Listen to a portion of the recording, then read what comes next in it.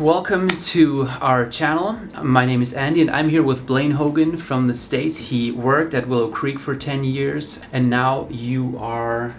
full-time film director. So I'm doing commercials, music videos, documentaries. Most of my work is outside of the church, but I do still sometimes do work inside the church. One thing that I just discovered today about Blaine is that he used to play a role in the show Prison Break, which is true. It's incredible. I was standing next to you. I did not know the whole time.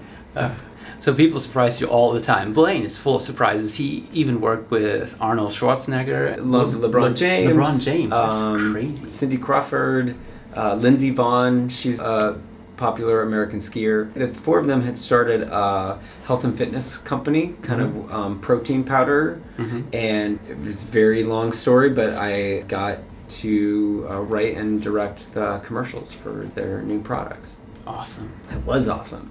Can you share with us what is most inspiring for your creative process? Like, how do you find inspiration? That's a great question. I think that for me, there are three main ways that I find inspiration. And I think that it's really important for any person, whether they're consider themselves a creative person, an artist, or even if you're coaching a soccer league or something, that you have different forms, different mediums in which you gain inspiration. And I think for a long time I thought that I was always waiting for a bolt of inspiration, that I would just sit around and then all of a sudden I would be hit with some great idea and the idea would be perfect and I would take that idea and create something amazing. Sometimes I think you can get lucky and all of a sudden you're like, I got it. But my experience has been that creativity and the creative process really is a discipline. And so for me, I maintain a discipline that I call scratching. Scratching?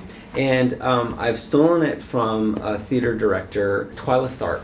And there's a book that she wrote. It's a small book, but I think very applicable to anybody. It's called The Creative Habit. And in it, she tells a story about how when she was trying to get inspiration, she had a cardboard box. And this was back in the day where everything was analog, nothing was digital. And so she would take this box and she would fill it with magazine articles or photos that she saw or photos that she took and developed, or Polaroids, or a song she heard on the radio and then recorded it on a cassette tape or whatever it was. And anything that moved her, she threw it in the box without a care for what project was that going to be for, or anything like that. And so she developed this practice that she called scratching. Eventually, as a professional choreographer, she'd be commissioned. And someone would say, hey, we need you to do a dance, or we need you to do this performance or whatever.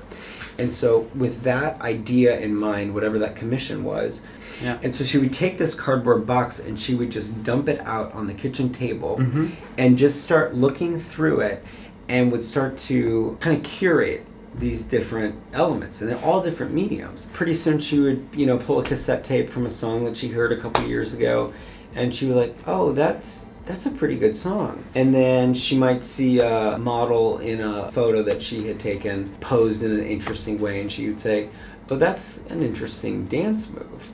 And then she might see a piece of fabric that she had cut from something she saw, a tapestry or something. She'd be like, well, that would make an interesting costume. And then all of a sudden, before she knew it, she had all of the rough pieces to make it. I've developed my own version of that, of scratching when you don't itch, is what I call it. And so for me, it's images, music, and words. And so I just have these scratching piles, one on Pinterest, one on Spotify, and then I have one on Evernote. Every week, I will spend 15-20 minutes, go through Pinterest, and I'll just like and add to this folder all these random images that don't mean anything, but for some reason they just inspired me, or they moved me, or they were like, oh, that's interesting, and I go very, very, very fast. Same thing with music. I'll listen to a track for a couple seconds, maybe a minute, or I'll scrub through it. If it's something that's, oh, that's something, put it in the thing.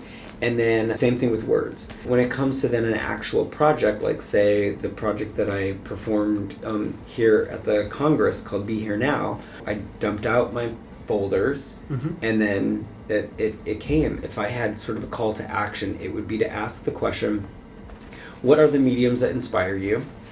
And then, are you spending focused and disciplined time scratching when you don't itch? And so the idea is to have ideas before you need them. You can't move anyone else until you've first been moved.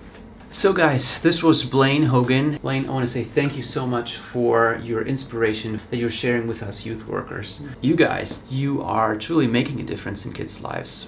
Thank you for all you're investing.